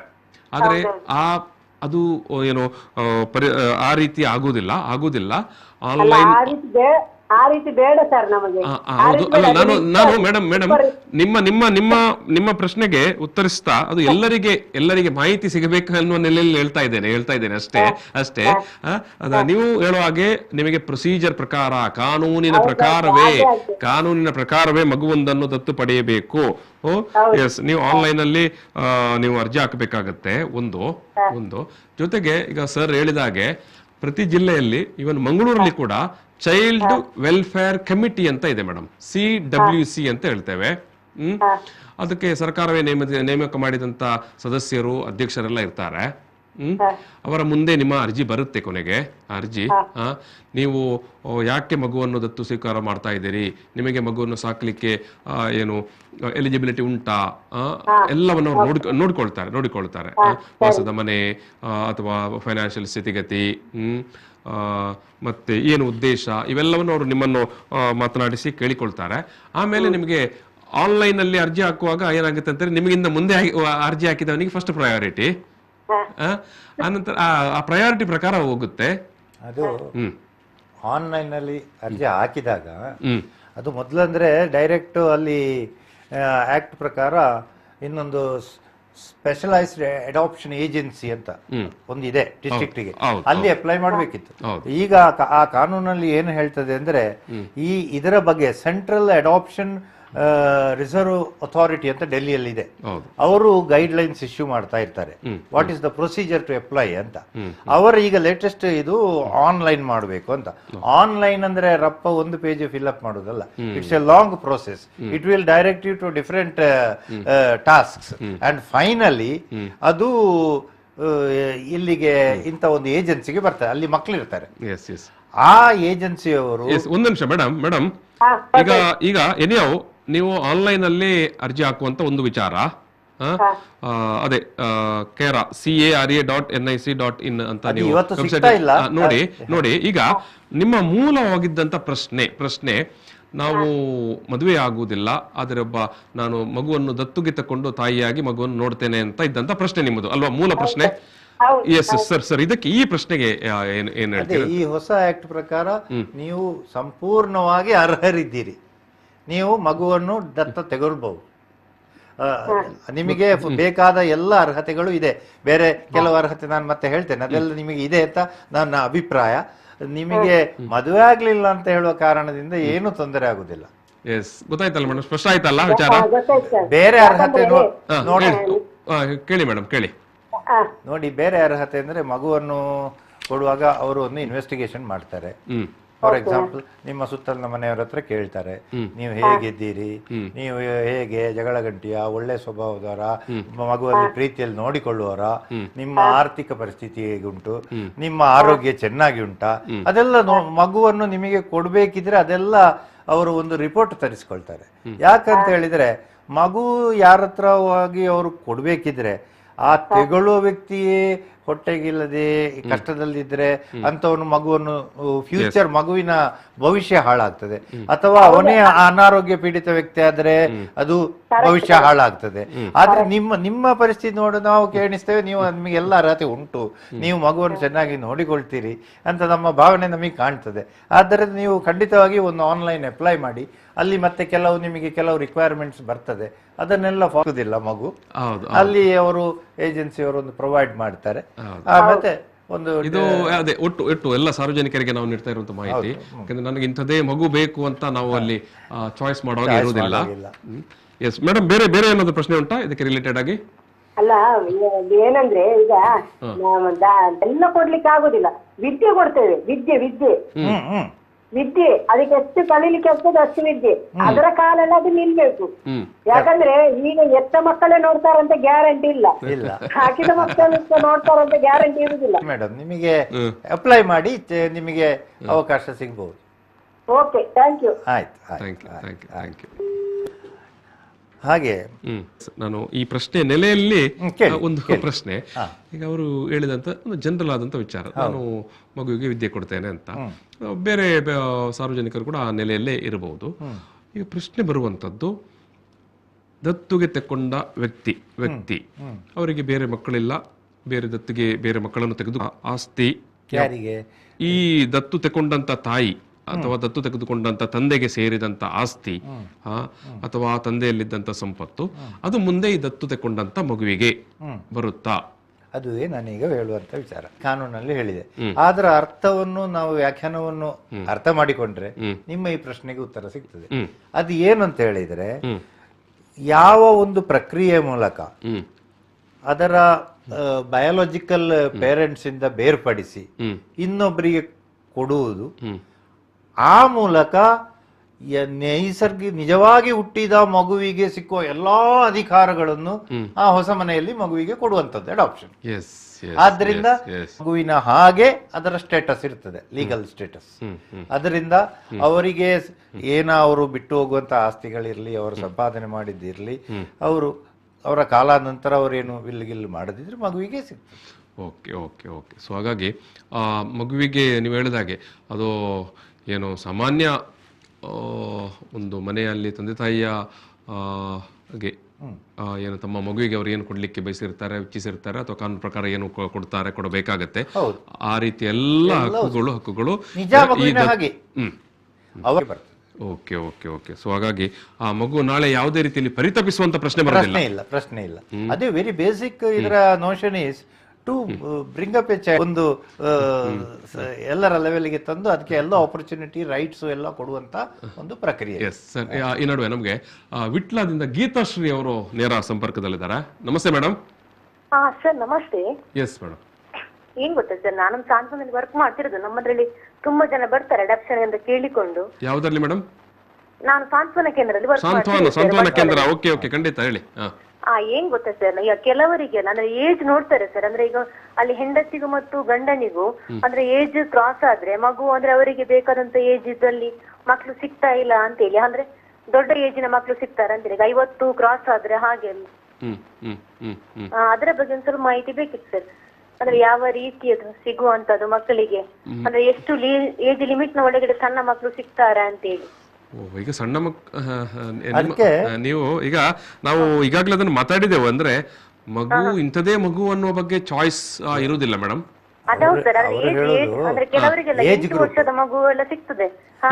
ಅದಕ್ಕೆ ನೋಡಿ, ಈ ಅಡಾಪ್ಷನ್ ಬಗ್ಗೆ ಒಂದು ರೂಲ್ಸ್ ರೆಗ್ಯುಲೇಷನ್ಸ್ ಫ್ರೇಮ್ ಮಾಡಿದ್ದಾರೆ ಗವರ್ಮೆಂಟ್.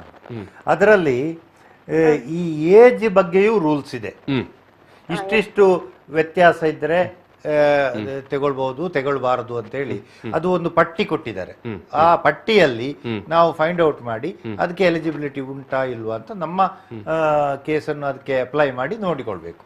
ಅದರಲ್ಲಿ ಈ ನಮ್ಮ ಅಡಾಪ್ಷನ್ ರೆಗ್ಯುಲೇಷನ್ಸ್ 2017 ಅಂತ ಇದೆ, ಅದರಲ್ಲಿ ಅದನ್ನೆಲ್ಲ ಹೇಳಿದೆ.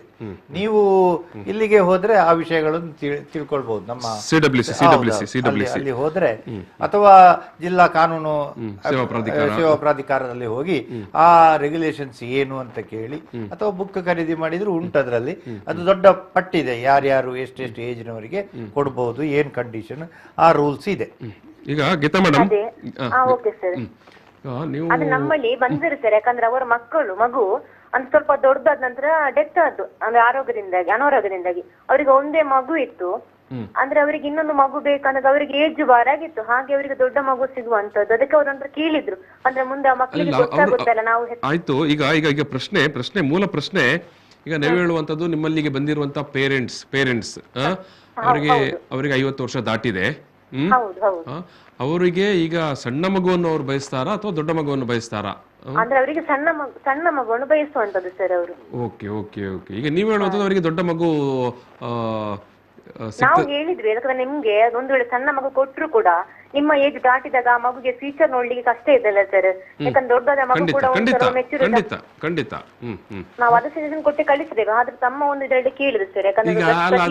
ಅದಕ್ಕೆ ಅವರು ಏನ್ ಹೇಳಿದ್ರು ಮೇಡಮ್? ಈಗ ನೀವು ಸರಿಯಾಗಿ ಅವರಿಗೆ ಗೈಡ್ ಮಾಡಿದ್ದೀರಿ, ಒಂದು ನಾವು ನಿಸರ್ಗದತ್ತವಾದಂತ ಒಂದು ಗೈಡೆನ್ಸ್ ಕೊಟ್ಟಿದ್ದೀರಿ ನೀವು. ಅದರ ರೆಗ್ಯುಲೇಷನ್ಸ್ ಹೇಳ್ತೇನೆ ಮೇಡಮ್, ಇಲ್ಲಿ ಕೇಳಿ ವಕೀಲರು ಮಾತಾಡ್ತಾ ಇದ್ದಾರೆ, ಕೇಳಿ. 4 ವರ್ಷದ ಒಳಗಿನ ಮಗುವನ್ನು ತೆಗೊಳ್ಳುದಿದ್ರೆ ಅವರದ್ದು ಇಬ್ಬರದು ಏಜು 90 ದಾಟಬಾರದು ಒಟ್ಟು ಸೇರಿದ್ರೆ. ಒಬ್ಬನೇ ಆದ್ರೆ 45. ಕೇಳಿ, ಒಬ್ಬನೇ ಆದ್ರೆ 45, ಇಬ್ಬರಾದ್ರೆ 90 ದಾಟಬಾರದು. 4 ವರ್ಷದಿಂದ 8 ವರ್ಷದ ಮಗು ಆದ್ರೆ ಅವ್ರದ್ದು ಇಬ್ರದ್ದು ಒಟ್ಟು ಸೇರಿ 100 ವರ್ಷ ದಾಟಬಾರದು. ಒಬ್ಬನದಾದ್ರೆ ನೋಡಿ, ಹಾಗಾದ್ರೆ 50-55 ಆಗಿದೆ ಇಬ್ಬರದು.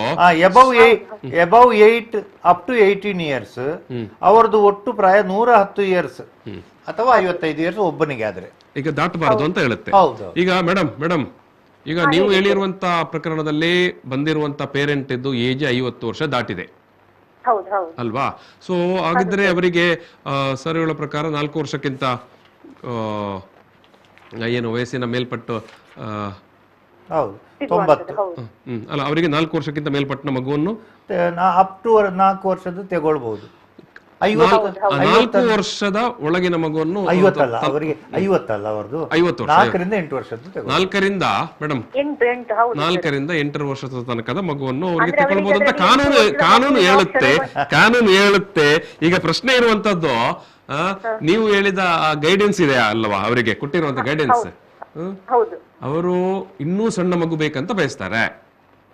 ಹೌದು, ನೀವು ಅವರಿಗೆ ಒಂದು ಗೈಡೆನ್ಸ್ ಕೊಟ್ಟಿದ್ದೀರಿ, ನಿಮಗೆ ವಯಸ್ಸು ಇಷ್ಟ ಆಯ್ತು, ನೀವು ಇನ್ನು ತೆಕ್ಕೊಳ್ಳುವಂತ ಮಗು ತೀರಾ ಪುಟ್ಟ ಮಗು ಆಗಿದ್ದರೆ ಆ ಮಗು ಬೆಳೆದು ದೊಡ್ಡ ವಯಸ್ಸಿಗೆ ಬರುವಾಗ ನಿಮ್ಮ ವಯಸ್ಸು ಎಷ್ಟಾಗಿರುತ್ತೆ, ಆ ಮಗು ಒಂದು 10th ಸ್ಟ್ಯಾಂಡರ್ಡ್ಗೆ ಬರುವಾಗ ಏನು ಅಂದ್ರೆ ಪುನಃ ಕೂಡ ಅನಾಥೆ ಆಗ್ಬೋದು, ತಂದೆ ತಾಯಿಯನ್ನು ಕಳ್ಕೊಂಡು ಸ್ವಲ್ಪ ಏಜ್ ಆದ ನಂತರ ನಿಮಗೆ ಅಂತ ಕೂಡ ಅದನ್ನು ಕೂಡ ಗೈಡೆನ್ಸ್ ಕೊಟ್ಟಿದ್ದೇವೆ ನಾವು. ಹೌದು, ಮತ್ತೆ ಅವ್ರು ಒಪ್ಕೊಂಡು ಹೋಗಿದ್ದಾರೆ, ನಾನು ಮಾತಾಡ್ತೇನೆ ಅಂತ. ಮತ್ತೆ ನಾವು ಅದರ ಅಂದ್ರೆ ಮಕ್ಕಳ ಪ್ರೊಟೆಕ್ಷನ್ ಆಫೀಸರ್ ನಂಬರ್ ಕೊಟ್ಟು ಬಿಟ್ವಿ ನಾವು ಲಾಸ್ಟಿಗೆ. ಕರೆಕ್ಟ್, ಒಳ್ಳೆ ಕೆಲಸವನ್ನೇ ಮಾಡಿದ್ದೀರಿ, ಒಳ್ಳೆ ಸಲಹೆಯನ್ನು ಕೂಡ ಕೊಟ್ಟಿದ್ದೀರಿ. ಯಾಕಂದ್ರೆ ನಮಗೆ ಇಲ್ಲಿ ಆರಂಭದಲ್ಲಿ ಕೂಡ ಒಂದು ಆ ಪ್ರಶ್ನೆ, ಒಂದು ಜಿಜ್ಞಾಸೆ ಬಂತು. ಯಾಕಂದ್ರೆ ಕಾನೂನಿನ ನೆಲೆಯಲ್ಲೇ ಏನು ವಿಚಾರವನ್ನು ಮಂಡಿಸುತ್ತೆ. ಸೊ ಮಾನವೀಯ ನೆಲೆಯಲ್ಲಿ ಮತ್ತು ಪ್ರಕೃತಿ ದತ್ತವಾಗಿ ಕೆಲವು ವಯೋಸಹಜವಾಗಿ ವಿಚಾರಗಳನ್ನೆಲ್ಲ ಅದು ಆಯಾ ವ್ಯಕ್ತಿಗಳು ತೀರ್ಮಾನಕ್ಕೆ ಬರಬೇಕಾಗತ್ತೆ. ಸೊ ಅಂತ ಸಂದರ್ಭದಲ್ಲಿ ನಿಮ್ಮಂತ ಕೌನ್ಸಿಲರ್ಗಳ ಸಲಹೆ ಕೂಡ ತುಂಬಾ ಇಂಪಾರ್ಟೆಂಟ್ ಆಗುತ್ತೆ. Yes madam, thank you. Thank you. ನೋಡಿ, ಅವರು ಸಂತಾನ ಕೇಂದ್ರದಲ್ಲಿ ಕೆಲಸ ಮಾಡ್ತಾ ಏನು ಕಾರ್ಯನಿರ್ವಹಿಸ್ತಾ ಇರೋರು, ಅವರಿಗೆ ಬಂದಂತದ್ದು ಜಿಜ್ಞಾಸೆಯನ್ನು ಹಂಚಿಕೊಂಡ್ರು. ಇದು ತುಂಬಾ ಒಳ್ಳೇದಾಯ್ತು ಕೂಡ. ಯಾಕಂತ ಹೇಳಿದ್ರೆ ಕೇಳ್ತಾ ಇರುವಂತ ವೀಕ್ಷಕರಿಗೆಲ್ಲರಿಗೂ ಕೂಡ ಇದೊಂದು ಇರುವ ನಿಯಮಗಳದ್ದು ಸ್ವಲ್ಪ ಒಂದು ಬರ್ಡ್ಸ್ ಐ ವ್ಯೂ ಸಿಕ್ಕಿತು ಅವರಿಗೆ. ಅಂದ್ರೆ ಅಲ್ಲಿ ಕಾನೂನು ಪ್ರಕಾರ ನೀವು ಹೇಳಿದಾಗೆ 50 ವರ್ಷದವರು ಕೂಡ ಮಗುವನ್ನು ತಗೊಳ್ಳಿಕ್ಕೆ ಎಲಿಜಿಬಲ್. ಹೌದು, age prospective up to parents up to the ಅದು ಮಗುವಿನ ಏಜು ಇವರದ್ದು ಟೋಟಲ್ ಏಜ್ ಅಥವಾ ಒಬ್ಬರೇ ಇದ್ರೆ ಒಬ್ಬ ಏಜ್ ಕಾಣಿಸಿದ್ದಾರೆ. ಎಷ್ಟು ಏಜ್ ತನಕ ಒಬ್ಬ ಅಡಾಪ್ಷನ್ ದತ್ತು ತಗೊಳ್ಬಹುದು ಅಂತ ಹೇಳೋದಾದ್ರೆ ಇದರೆಲ್ಲ 55 ಅಂತ ಕಾಣ್ತದೆ. ಎಸ್, ಯಾಕಂತ ಹೇಳಿದ್ರೆ ಆನಂತರ ಮತ್ತೆ ಸಣ್ಣ ವಯಸ್ಸಿನ ಮಕ್ಕಳನ್ನು ತಗೊಂಡ್ರೆ ಅವರು ಮುದುಕರಾಗಿರ್ತಾರೆ. ಮತ್ತೆ ಬಹುಶಃ ಅದು ಅತ್ಯಂತ ಸ್ವಾಭಾವಿಕ ಕೂಡ. ಹೌದಾ, ಮಗುವಿನ ಇಂಟ್ರೆಸ್ಟ್ ಅನ್ನು ನಾವು ಬಿಟ್ಟು ಕೊಟ್ಟಾಗೆ ಆಗ್ತದೆ. ಒಂದು ಏಜ್ಡ್ ಸೀನಿಯರ್ ಸಿಟಿಸನ್ ಹತ್ರ ಮಗುವನ್ನು ಕೊಟ್ಟು, ಸೀನಿಯರ್ ಸಿಟಿಸನ್ ಹತ್ರ ಸಣ್ಣ ಪುಟ್ಟ ಮಗುವನ್ನು ಕೊಟ್ಟು ಮಗು ಅವನನ್ನು ನೋಡ್ಕೊಳ್ಬೇಕಾಗ್ತದೆ. ಎಸ್ ಈ ನಡುವೆ ನನ್ನ ಜೊತೆಗೆ ಸಾಮಾಜಿಕ ಕಾರ್ಯಕರ್ತರಾಗಿರುವಂತಹ ಪ್ರೀತಿ ಕರ್ಕೇರ ಅವರು ಸಂಪರ್ಕದಲ್ಲಿದ್ದಾರೆ. ಮೇಡಮ್ ನಮಸ್ತೆ. ನಮಸ್ತೆ ಸರ್. ನನ್ನ ಜೊತೆಗೆ ವಕೀಲರಾಗಿರುವಂತಹ ಪೃಥ್ವಿರಾಜ್ ರೈ ಅವರಿದ್ದಾರೆ. ಅಡಾಪ್ಷನ್ ಬಗ್ಗೆ. ನಮಸ್ತೆ ವಕೀಲರೇ. ನಮಸ್ತೆ ನಮಸ್ತೆ ನಮಸ್ತೆ ನಮಸ್ತೆ. ಹೇಳಿ ಮೇಡಮ್. ಏನಿಲ್ಲ, ನಾನು ನೋಡ್ತಾ ಇದ್ದೇನೆ ಕಾರ್ಯಕ್ರಮ. ದತ್ತು ಸ್ವೀಕಾರದ ಬಗ್ಗೆ ನಾವು ಕೇಳಿದ್ದೇವೆ, ನಮಗೆ ಇಂಥದೆಲ್ಲ ಅನುಭವಗಳು ಆಗ್ಲಿಲ್ಲ.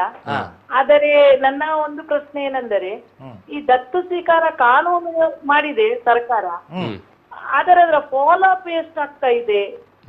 ಯಾಕೆಂದರೆ ಒಂದು ಹೆಣ್ಣು ಕೆಲವೊಂದು ಅನೈತಿಕ ಸಂಬಂಧದಲ್ಲಿ ಗರ್ಭಿಣಿ ಆದರೆ ಅದು ಸ್ವಲ್ಪ ಗುಟ್ಟಾಗಿರ್ತದೆ, ಅಲ್ಲಿ ಮಗು ಬುಕ್ಕಿಂಗ್ ಆಗಿರ್ತದೆ. ಅದು ಗರ್ಭದಲ್ಲಿರುವಾಗಲೇ ಸ್ವಲ್ಪ ಅನುಕೂಲಸ್ಥ ಕುಟುಂಬದವರು ಆ ಮಗುವನ್ನು ತಗೊಳ್ತಾರೆ. ಅದೆಲ್ಲ ಅಂತ ವಿಚಾರಗಳು ಆದಾಗ ಅದಕ್ಕೆ ಕಾನೂನು ಏನು ಅದಕ್ಕೆ ಸಹಾಯ ಮಾಡ್ತದೆ? ಕಾನೂನಿಗೆ ಗೊತ್ತಿರುವುದಿಲ್ಲ, ಪಬ್ಲಿಕ್ಕಿಗೆ ಗೊತ್ತಿರುವುದಿಲ್ಲ, ಮಗು ತಂದಿರ್ತಾರೆ. ಗೊತ್ತಾಯ್ತು. ನೀವು ಕೇಳಿರುವಂತ ಪ್ರಶ್ನೆ ಮೇಡಮ್, ಕಾನೂನಿನ ಪ್ರಕಾರ ಯಾವ ರೀತಿಯಾಗಿ ದತ್ತು ಸ್ವೀಕಾರ ಮಾಡಬಹುದು ಕಾನೂನಿನ ಪ್ರಕಾರ, ಅದರ ಆಚೆಗೆ ನಿಂತು ಇದು ಏನು ಕದ್ದು ಮುಚ್ಚಿ ಮಾಡಿರುವಂತ ದತ್ತು ಸ್ವೀಕಾರದ ಪ್ರಕ್ರಿಯೆ. ಸೊ ಇಂಥ ಸಂದರ್ಭದಲ್ಲಿ ಕಾನೂನು ಏನು ಮಾಡುತ್ತೆ ಅಂತ ಅಲ್ವಾ? ಒಂದು ವೇಳೆ ಗೊತ್ತಾದರೆ ಮತ್ತೆ ತಿಳಿದು ಬರ್ತದೆ ಕೆಲವೊಮ್ಮೆ. ಆ ಸಮಯದಲ್ಲಿ ಏನಿದೆ ಕಾನೂನು ಅದಕ್ಕೆ? ಅವಳು ಹೆಲ್ಪ್ಲೆಸ್, ಆ ಮಗು ಕೊಟ್ಟ ತಾಯಿ ಅವಳು ಹೆಲ್ಪ್ಲೆಸ್, ಅವಳು ಕೊಟ್ಟಿರ್ತಾಳೆ ಪಾಪ. ಎಸ್, ತಾಯಿ ಮಗುವನ್ನು ಕೊಟ್ಟಿರ್ತಾಳೆ. ಇವರಿಗೂ ಬೇಕು. ಈಗ ಮೇಡಮ್ ಒಂದು ನಿಮಿಷ, ಈಗ ಹಾಗೆ ಲೈನಲ್ಲಿ ರೀ, ವಕೀಲರು ಹೇಳ್ತಾರೆ ಈ ಮಧ್ಯೆ ನನ್ನದೊಂದು ಮಾತು. ತಾಯಿ ಪಾಪ ಮುಗ್ದೆ, ಅವಳಿಗೆ ಕಾನೂನು ಗೊತ್ತಿಲ್ಲ. ನಮ್ಮ ಕಾನೂನು ಹೇಳುತ್ತೆ ನನಗೆ ಕಾನೂನು ಗೊತ್ತಿಲ್ಲ, ಆ ಕಾರಣದಿಂದಾಗಿ ನಾನು ತಪ್ಪು ಮಾಡಿದ್ದೇನೆ ಅಂತ ಹೇಳಿದ್ರೆ ಅದಕ್ಕೆ ಎಕ್ಸ್ಕ್ಯೂಸ್ ಇರುವುದಿಲ್ಲ. ಒಂದನೇದಾಗಿ ಎಸ್ ನೋಡು, ವಕೀಲರು ಹೇಳ್ತಾರೆ ಈ ಬಗ್ಗೆ. ನಾವು ಇವಾಗಲೇ ವಿಚಾರ ತಿಳಿಸಿದ್ದೇವೆ. ಮೊದಲ ಒಂದು ಪ್ರಶ್ನೆಗೆ ಉತ್ತರ ಕೊಡ್ತಾ, ಅದು ಏನು ಅಂತ ಹೇಳಿದ್ರೆ, ಕಾನೂನನ್ನು ಫಾಲೋ ಮಾಡಿ ತೆಗೊಳ್ಬೇಕು. ತೆಗೊಳ್ಳದೆ ಇದ್ರೆ ಪ್ರಾಬ್ಲಮ್ ಶೂರ್. 90% ಕೇಸಲ್ಲಿ ಪ್ರಾಬ್ಲಮ್ ಬಂದೇ ಬರ್ತದೆ. ಪ್ರಾಬ್ಲಮ್ ಬಂದ ಮೇಲೆ ಏನಂದ್ರೆ ಹೆಚ್ಚಂದ್ರೆ ಈ ನಮ್ಮ CWCಗೆ ಅವರ ವ್ಯಾಪ್ತಿಯಲ್ಲಿ ಬರುವ ವಿಷಯ ಆದ್ರೆ ಅವರು ಅದನ್ನು ಪರಿಹಾರ ಮಾಡ್ತಾರೆ. ಇಲ್ಲದೆ ಇದ್ರೆ ನಾವು ಅನುಭವಿಸ್ಬೇಕಷ್ಟೇ. ಮಗು ಬೆಳೆದು ದೊಡ್ಡದಾಗಿದ್ರೆ ಮತ್ತೆ ಆ ಸ್ಟೇಜ್ ಅಲ್ಲಿ ಮತ್ತೆ ಏನು ಅದು ಮೇಜರ್ ಆಗಿರ್ತದೆ. ಆಗ ಅದಕ್ಕೆ ಅದರದ್ದೇ ಸೈಕಲಾಜಿಕಲ್ ಈ ಪ್ರಾಬ್ಲಮ್ಸ್ ಎಲ್ಲ ಬರ್ತದೆ. ಈಗ ಅವರ ಮತ್ತೆ ಬೇಸಿಕ್ ಕ್ವಶನ್, ಈ ರೀತಿಯಾಗಿ ಅಕ್ರಮವಾಗಿ ದತ್ತು ಸ್ವೀಕಾರ ಮಾಡಿದ ಅವರಿಗೆ ಏನು ಅಂತ, ಅವರಿಗೆ ಪನಿಷ್ಮೆಂಟ್ ಉಂಟಾ? ಪನಿಷ್ಮೆಂಟ್ ಇದು ಇವರ ವ್ಯಾಪ್ತಿಗೆ ಗಮನಕ್ಕೆ ಬಂದರೆ ಅಂತ ಇಲ್ಲಿಗಲ್ ಆಕ್ಟಿವಿಟೀಸ್ ಬಗ್ಗೆ ಅವರು ಕ್ರಮ ತೆಗೆದುಕೊಳ್ತಾರೆ.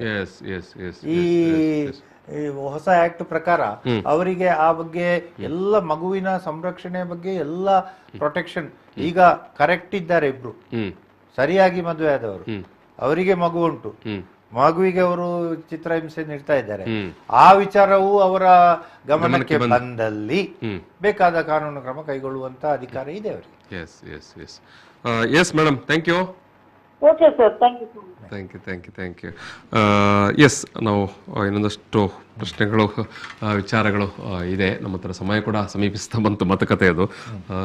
ಕೆಲವು ತುಂಬ ಆಸಕ್ತಿದಾಯಕ ಮತ್ತು ಮಾಹಿತಿಯನ್ನು ಹಂಚಿಕೊಳ್ಳಬೇಕಾದಂಥ ಒಂದಷ್ಟು ಪ್ರಶ್ನೆಗಳಿದ್ದರಿಂದ ಎಸ್, ಈಗ ನಾನು ಆರಂಭದಲ್ಲಿ ಕೂಡ ಅದೊಂದು ವಿಚಾರ ನಾನು ಉಲ್ಲೇಖ ಮಾಡಿದ್ದೇನೆ, ಮತ್ತೆ ಮುಂದುವರಿಸುವ ಅಂತ ಹೇಳಿದರೆ, ಹಿಂದೂಯೇತರರು ಏನು ದತ್ತು ಸ್ವೀಕಾರ ಅಂತ ಸಂದರ್ಭದಲ್ಲಿ ಕಾನೂನು ನೆಲೆಯಲ್ಲಿ ಏನು ಹೇಳುತ್ತೆ? ಈ ಇದು ಜಸ್ಟಿಸ್ ಆಕ್ಟ್ ಪ್ರಕಾರ ಮಾಡಬಹುದು. ಮತ್ತೆ ಗಾರ್ಡಿಯನ್ಸ್ ಅಂಡ್ ವಾರ್ಡ್ಸ್ ಆಕ್ಟ್ ಅಂತ ಉಂಟು, ಅದರ ಪ್ರಕಾರ ಡಿಸ್ಟ್ರಿಕ್ಟ್ ಕೋರ್ಟಿಂದ ಪರ್ಮಿಷನ್ ತೆಗೆದು ಎರಡು ಪಾರ್ಟಿಯು ಅಪ್ಲೈ ಮಾಡಿ ಪರ್ಮಿಷನ್ ತೆಗೆದು ಗಾರ್ಡಿಯನ್ ಅಪಾಯಿಂಟ್ ಆಗಿ ಅದು ಮಾಡ್ಕೊಳ್ಬಹುದು. ಅದೇ ಇದು ಹೊಸ ಕಾನೂನು, ಅದು ಎಲ್ಲರಿಗೂ ಅಪ್ಲಿಕೇಬಲ್, ಎಲ್ಲರಿಗೂ ಅಪ್ಲಿಕೇಬಲ್. ಅದಕ್ಕೆ ಯಾವ ಜುವೆನೈಲ್ ಜಸ್ಟಿಸ್ ಆಕ್ಟ್ ಅದು ಎಲ್ಲರಿಗೂ, ಎಲ್ಲ ಸಮುದಾಯ, ಎಲ್ಲ ಮತ ಧರ್ಮದವರಿಗೂ ಕೂಡ ಅಪ್ಲೈ ಆಗುವಂತ ಒಂದು ಈ ಇದರಲ್ಲಿ ಹಿಂದಿನ ದಿನಗಳಲ್ಲಿ ಸ್ವಲ್ಪ ಮಕ್ಕಳ ಬಗ್ಗೆ ರ್ಯಾಕೆಟ್ ನಡೀತಾ ಇತ್ತು. ಮಕ್ಕಳ ಕಳ್ಳಸಾಗಣೆ, ಹೌದು, ಅಥವಾ ಏನು ಮಕ್ಕಳನ್ನು ವಿದೇಶಗಳಿಗೆ ಕೊಂಡೋಗುದು, ಮಕ್ಕಳನ್ನು ಮಾರಾಟ ಮಾಡುವ ಪತ್ರಿಕೆಗಳಲ್ಲಿ, ನಿಮ್ಮ ಇದರ ಚಾನೆಲ್ಗಳಲ್ಲಿ ಬಂದಿದೆ. ಎಲ್ಲಿ ಜರ್ಮನಿಯಿಂದ ಅಲ್ಲಿಂದ ಬೆಳೆದ ಮಕ್ಕಳು ಮಂಗಳೂರಿಗೆ ಬಂದು ಅಪ್ಪ ಅಮ್ಮನನ್ನು ಹುಡುಕ್ತಾ ಇದ್ದಾರೆ ಅಂತ. ಅದೆಲ್ಲ ಅಂದ್ರೆ ನಾವೆಲ್ಲ ಪ್ರಾಕ್ಟೀಸ್ ಶುರು ಮಾಡುವ ಟೈಮಲ್ಲಿ ರೆಗ್ಯುಲರ್ ಫೀಚರ್ ಆಗಿತ್ತು. ಅದು ಮಕ್ಕಳನ್ನು ಪರ್ಮಿಷನ್ಗೆ ಅಪ್ಲೈ ಮಾಡಿ ತಗೊಂಡು ಹೋಗ್ಬೋದು. ಅವರೀಗ ಅಲ್ಲಿ ದೊಡ್ಡ ಬೆಳೆದಾಗಿ ಇಲ್ಲಿ ಬಂದು ಪೇರೆಂಟ್ಸ್ ಅನ್ನು ಹುಡುಕ್ತಾ ಇದ್ದಾರೆ. ಈ ವಿಷಯದ ಬಗ್ಗೆ ಫಾರ್ಮರ್ ಇವರು ಜಸ್ಟಿಸ್ ಭಗವತಿ ಅವ್ರದ್ದು ಒಂದು ರೂಲಿಂಗ್ ಅಲ್ಲಿ ಹೇಳ್ತಾರೆ, ಇಂಥ ರ್ಯಾಕೆಟ್ ಎಲ್ಲ ನಿಲ್ಲಿಸಬೇಕು, ಇಂಥ ಎಲ್ಲ ನಡಿಲಿಕ್ಕೆ ಆಸ್ಪದ ಕೊಡಬಾರ್ದು. ಸೊ ಈ ಹೊಸ ಆಕ್ಟ್ ಅಲ್ಲಿ ದೇರ್ಸ್ ಎ ಪ್ರಾವಿಷನ್ ಏನಂತ ಹೇಳಿದ್ರೆ, ಇಲ್ಲಿ ಸಿಗದೇ ಇದ್ರೆ ಇವನ್ ಆಫ್ಟರ್ 6 months ಅದು ಅಡಾಪ್ಷನ್ಗೆ ಫಿಟ್ ಅಂತ ಮಗುವನ್ನು ಅವರು ಡಿಕ್ಲೇರ್ ಮಾಡಿದ ಮೇಲೂ ಯಾರು ಸಿಗದೇ ಇದ್ದರೆ ಅಂತ ಸಂದರ್ಭದಲ್ಲಿ ಪೀಪಲ್ ಆಫ್ ಇಂಡಿಯನ್ ಆರಿಜಿನ್ ಹೊರಗಡೆ ಇರ್ತಾರೆ, NRIs ಇರ್ತಾರೆ, ಅವರಿಗೆಲ್ಲ ಫಸ್ಟ್ ಆಪ್ಷನ್. ಅದಾದ ಮೇಲೆ foreigner will get an option. So some protective measure has been ಇದರಲ್ಲಿ ಆಡ್ ಮಾಡಿದ್ದಾರೆ ಈ ಹೊಸ ಕಾನೂನಲ್ಲಿ. ಈಗ ಮಕ್ಕಳ ಮಾರಾಟದ ಬಗ್ಗೆ ಇತ್ತೀಚಿನ ತನಕ ಕೂಡ ಪ್ರಕರಣಗಳು ನಡೀತಾ ಇತ್ತು, ಮತ್ತೆ ಈಗ ಕೂಡ ಅಲ್ಲಲ್ಲಿ ಒಂದೊಂದು ಪ್ರಕರಣಗಳು ವರದಿ ಆಗ್ತಾ ಇರುತ್ತೆ. ಸೊ ಅಂಥ ಸಂದರ್ಭದಲ್ಲಿ ಈಗ ಯಾವುದೇ ಪೇರೆಂಟ್ಸ್ ನಮಗೆ ಮಗುವನ್ನು ನೋಡಿಕೊಳ್ಳಿಕ್ಕೆ ಸಾಧ್ಯ ಇಲ್ಲ ಅಂತ ಹೇಳಿ ಮಾರಾಟ ಮಾಡಬಹುದಾ? ಮಗುವನ್ನು ನೋಡಿಕೊಳ್ಳಿಕ್ಕೆ ಸಾಧ್ಯ ಇಲ್ಲ ಅಂತ ಆದ್ರೆ they can surrender it. Surrender ಇವರಿಗೆ ನಮ್ಮ CWCಗೆ ಅವರಿಗೆ ಸರೆಂಡರ್ ಮಾಡಬಹುದು. ಅವರು ಎನ್ಕ್ವೈರಿ ಮಾಡಿ ಮಗುವನ್ನು ತಗೊಳ್ತಾರೆ, ಆಮೇಲೆ ಯಾವ ವಿಲ್ಲಿಂಗ್ ಪೇರೆಂಟ್ಸ್ಗೆ ಅದನ್ನು ಅಡಾಪ್ಷನ್ ಕೊಡ್ತಾರೆ. ಸೊ ಅಡ್ಡದಾರಿ ಹಿಡಿಬೇಕಾದ ಸಂದರ್ಭವನ್ನು ಈ ಸಾಧ್ಯ ಇಲ್ಲ. ಕಾನೂನಲ್ಲಿ ಎಲ್ಲ ಅವಕಾಶಗಳನ್ನು ಕೊಟ್ಟಿದೆ. One who is physically or mentally or ಎಂತದೇ ಪ್ರಾಬ್ಲಮ್ ಬಂದು ಈಸ್ ಇನ್ಕ್ಯಾಪಬಲ್ ಆಫ್ ಮಕ್ಕಳನ್ನು ನೋಡಿಕೊಳ್ಳಿಕ್ಕೆ ಆಗುದಿಲ್ಲ, ಈ ಕ್ಯಾನ್ ಸರೆಂಡರ್ ಇಟ್. ಈಗ ನಾನು ಈ ಒಂದು ಮಾತುಕತೆಯನ್ನು ಮುಗಿಸುವ ಸಂದರ್ಭದಲ್ಲಿ ಅಂತಿಮವಾಗಿ ಈಗ ದತ್ತು ತೆಕ್ಕೊಂಡು ಆ ಪ್ರಕ್ರಿಯೆ ಎಲ್ಲ ಮುಗಿದ ನಂತರ ಕಾನೂನು ಕೋರ್ಟ್ ಇದ್ದು ಏನಾದರೂ ಆದೇಶಗಳು ಬೇಕಾಗತ್ತಾ? ಹೌದು, ಇದರಲ್ಲಿ JJ ಆಕ್ಟ್ ಅಲ್ಲಿ ಇದು ಒಬ್ಬರು ಅಪ್ಲೈ ಮಾಡ್ತಾರೆ, ಈಗ ಆನ್ಲೈನ್ ಮಾಡ್ತಾರೆ, then investigation will be done, ಅದನ್ನು ಮಾಡಿ ಮೆಡಿಕಲ್ ರಿಪೋರ್ಟ್ ಎಲ್ಲ ತಗೊಂಡು ದೆನ್ ಅದನ್ನು ಅವರು ತೆಗೊಳ್ಳುವಂತ ಒಂದು ಎಲಿಜಿಬಲ್ ವ್ಯಕ್ತಿ ಅಂತೆಲ್ಲ ಆಗಿ ಅವರು ಡಿಸೈಡ್ ಮಾಡಿ ರಿಪೋರ್ಟ್ ಎಲ್ಲ ತಗೊಂಡು ಆಮೇಲೆ ಕೋರ್ಟಿಗೆ ಹಾಕ್ತಾರೆ. ಅದು court will give permission. Yes sir. ವೀಕ್ಷಕರೇ, ನಾವೊಂದು ಸಾಕಷ್ಟು ವಿಚಾರಗಳನ್ನು ಹಂಚಿಕೊಂಡಿದ್ದೇವೆ ಈ ಒಂದು ಸೀಮಿತ ಅವಧಿಯಲ್ಲಿ.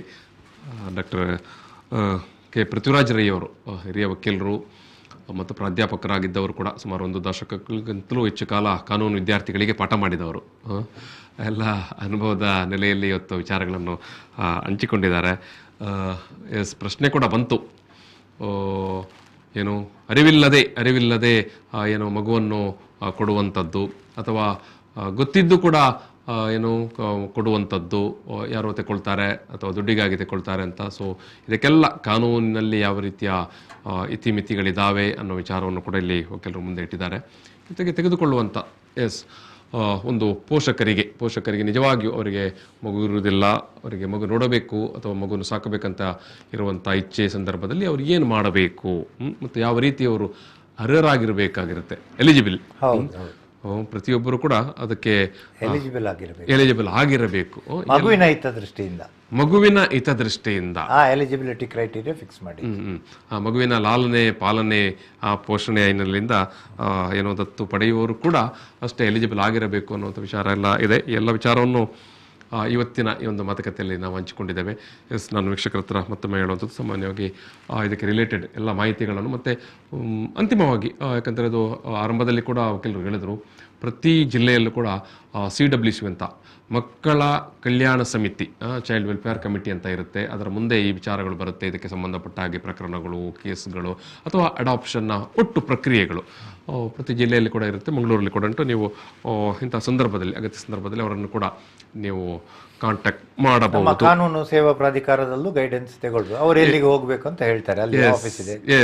ನೀವು ನ್ಯಾಯಾಲಯಕ್ಕೆ, ಮಂಗಳೂರು ನ್ಯಾಯಾಲಯ ಸಂಕೀರ್ಣಕ್ಕೆ ಬಂದರೆ ಹೌದು, ಕಾನೂನು ಸೇವಾ ಪ್ರಾಧಿಕಾರ ಇದೆ. ಅವರು ಕೂಡ ನಿಮಗೆ ಮಾಹಿತಿಯನ್ನು ಕೊಡ್ತಾರೆ, ಉಚಿತವಾದಂತಹ ಮಾಹಿತಿಯನ್ನು ಕೂಡ ಕೊಡ್ತಾರೆ. ಇದನ್ನು ನೀವು ಗಮನದಲ್ಲಿ ಇಟ್ಕೊಳ್ಳಿ. ಇವತ್ತಿನ ಈ ಒಂದು ಮಾತುಕತೆಯನ್ನು ನಾನಿಲ್ಲಿ ಸಮಾಪನ ಮಾಡ್ತಿದ್ದೀನಿ. ಸಮಾಪನ ಮಾಡೋ ಸಂದರ್ಭದಲ್ಲಿ ಪೃಥ್ವಿರಾಜರ ಇವರಿಗೆ ನಾನು ಸಮಸ್ತ ವೀಕ್ಷಕರ ಪರವಾಗಿ ಪ್ರೀತಿಪೂರ್ವಕವಾದಂಥ ಧನ್ಯವಾದಗಳು ಸರ್. ವೀಕ್ಷಕರೇ, ಈ ಒಂದು ಮಾತುಕತೆ ಸಂದರ್ಭದಲ್ಲಿ ದತ್ತಕ ಕಾನೂನು, ದತ್ತು ಸ್ವೀಕಾರಕ್ಕೆ ಸಂಬಂಧಪಟ್ಟಂಥ ಕಾನೂನುಗಳ ಬಗ್ಗೆ ನಾವು ಮಾತಾಡಿದ್ದೇವೆ. ನೀವು ಈ ವಿಚಾರವನ್ನು ನಮ್ಮ ಯೂಟ್ಯೂಬ್ ಅಲ್ಲಿ ಇರುತ್ತೆ, ಇದು V4 ವಾಹಿನಿಯ ಯೂಟ್ಯೂಬಲ್ಲಿ ಅಥವಾ ನಮ್ಮ V4 ಸ್ಟ್ರೀಮಲ್ಲಿ ಕೂಡ ನಿಮಗೆ ಲಭಿಸುತ್ತೆ. ನೀವು ಎನಿ ಟೈಮ್ ನೋಡಿಕೊಳ್ಬೋದು ನಿಮ್ಮ ಅನುಕೂಲದ ಟೈಮಲ್ಲಿ, ಅಥವಾ ನಿಮಗೇನಾದರೂ ಡೌಟ್ಸ್ ಇದ್ದಾಗ ಪರಿಶೀಲನೆ ಮಾಡೋ ಸಂದರ್ಭದಲ್ಲಿ ನೀವು ಅದನ್ನು ನೋಡಿಕೊಂಡ್ರೆ ಈ ಕಂಪ್ಲೀಟ್ ಶೋ ನಿಮಗೆ ಲಭಿಸುತ್ತೆ. ಇಷ್ಟು ಹೇಳಿ ಇವತ್ತಿನ ಈ ಒಂದು ಮಾತುಕತೆಯನ್ನು ನಾನು ಸಮಾಪನ ಮಾಡ್ತಾ ಇದ್ದೇನೆ. ದಕ್ಷಿಣ ಕನ್ನಡ ಜಿಲ್ಲಾ ಕಾನೂನು ಸೇವಾ ಪ್ರಾಧಿಕಾರ ಮತ್ತು ವಕೀಲರ ಸಂಘ ಇವರ ಸಹಭಾಗಿತ್ವದಲ್ಲಿ V4 ವಾಹಿನಿಯ ಒಂದು ಜಂಟಿ ಆಶ್ರಯದಲ್ಲಿ ನಡೆದಂಥ ಮಾತುಕತೆ ಇದು. ಧನ್ಯವಾದಗಳು ಸರ್, ಧನ್ಯವಾದಗಳು. ಪ್ರಚಲಿತ ಈ ಕಾರ್ಯಕ್ರಮದ ಪ್ರಾಯೋಜಕರು father Muller's charitable trust, SDM college, Ujire.